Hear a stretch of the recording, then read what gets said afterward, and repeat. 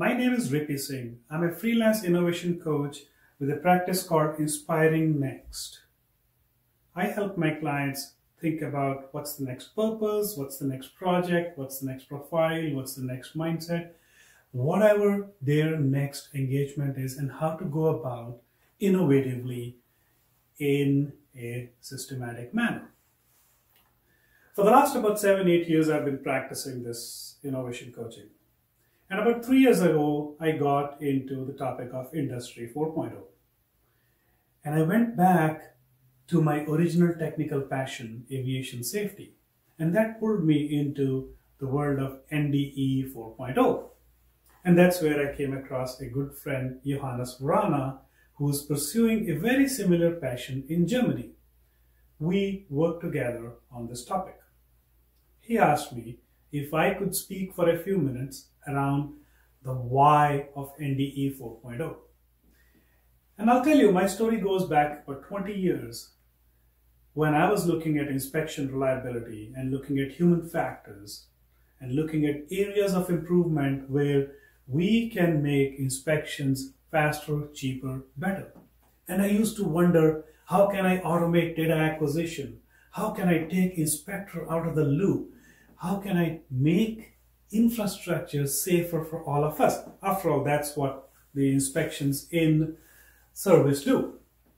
Now, during manufacturing stage, the inspections have another purpose to serve, to assure quality of products that are being manufactured. Whether you are in the manufacturing side or you are in the in-service operation side, you got to think about it in any particular project that you go after.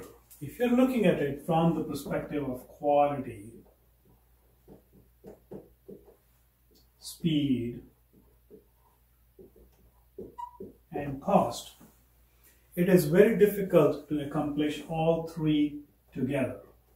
At any point, you can get two of them, and third one is more or less an outcome. Now, one of the advantages that happens when an industrial system goes through a revolution, whether it was the first revolution or the fourth revolution now, you actually have an opportunity to push all three together. So that's one motivation around inspection systems. So in production, it'll be about quality, speed of production, cycle time per part, and per piece cost of making. If you go to in-service, this is going to be more about inspection reliability,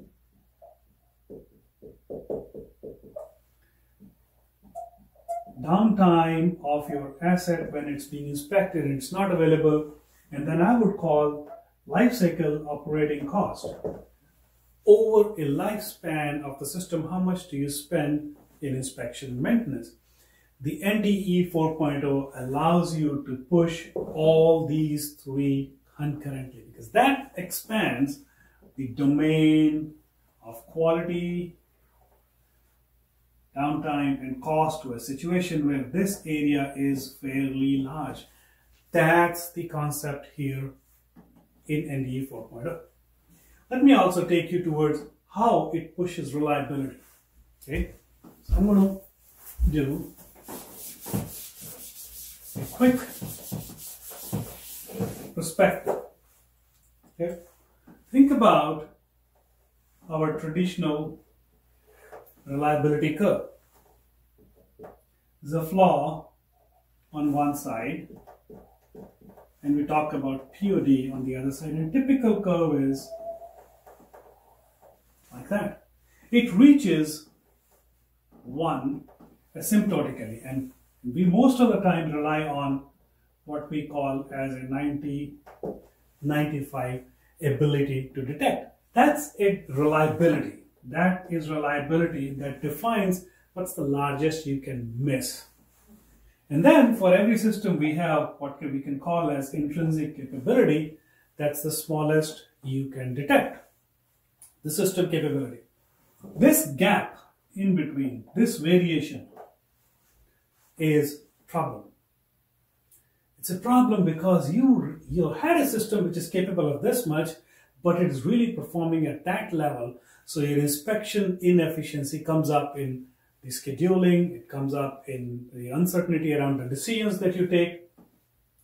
And that is something. And the significant contributor over here is the human inspector. It's the human factors.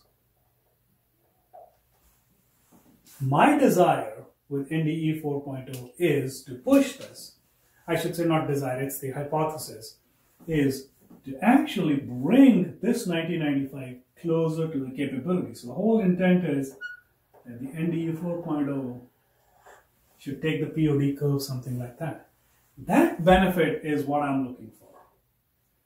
This, to go from a reliability from that flaw size to a much smaller flaw size, so I can increase the inspection interval, I can reduce the number of inspections, I can have a better downtime, I can have better life cycle operating cost because I just pushed the reliability up.